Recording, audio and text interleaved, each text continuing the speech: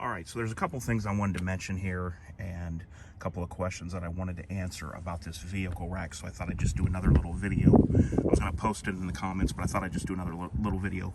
I think I forgot to mention, this is 3/8 inch cold rolled steel is what they call it, so it's solid and it's nothing chintzy.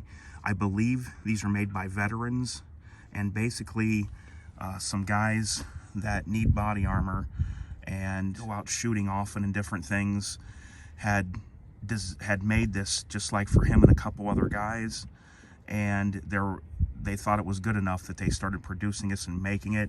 It's the SR1 vehicle body armor rack. If you look that up on Google, you should find it.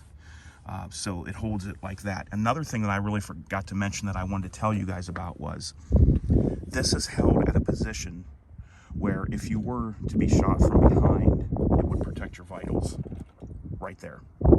So like when I sit in that seat, my shoulders are up near these straps, and this would actually protect your vitals if you were shot from behind. Just in case anyone wants to know that. It's kind of cool that it's like that, but that's what they mention on their site, and it is positioned in that way. Number 3, peace officer. Yes, that's what I am, and if you want to know what that is, you can look it up on Google. You'll find tons of information. The reason I didn't take the patches and stuff off, I was going to. The reason I didn't is because I'm very funny about these patches being straight, and if I take it off and put it on, I'm going to be checking it all day in mirrors to see if it's straight. I just got a thing about patches being straight, and I just didn't want to mess with it. I will tell you this, though. Peace officer is dealing with state, not city. But anyway,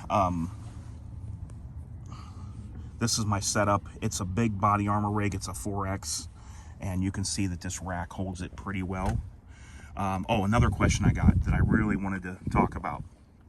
Somebody talked about getting their windows kicked in and somebody stealing this. Guys, this is not for storing in a vehicle. I wear this thing 8 to 16 hours a day, 5 to 7 days a week, depending on what's going on. And I do not use this as storage. This goes in my house at night. When I'm at work, it's on me. And you do not use this as vehicle storage. So in other words, if you're a guy that has body armor for just in case if things go wrong situation, don't get this and just store it in your car and leave it everywhere you go unless you can afford to have it taken. Number 2, all of my windows are limo tinted out, blacked out, except for the front windshield. All my front side windows, my back windows, everything is limo tinted out.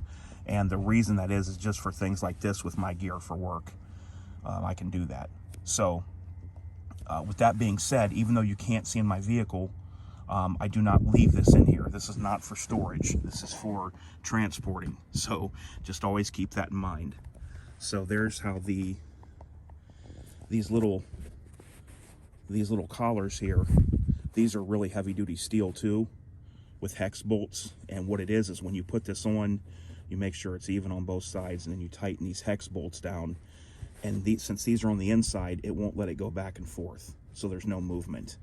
Now, I don't use the bottom strap on this. My body armor's too big for the strap that's on the bottom of this rack, but I don't need it.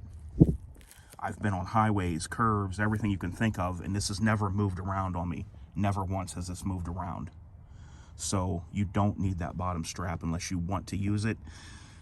They say it's a safety thing so that you could strap it around mags and stuff. So if you were ever in a rollover or something, that it would prevent that stuff from flying around and injuring you.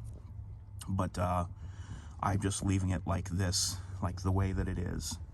So hope that answers your question, guys. Till next time, DOF out.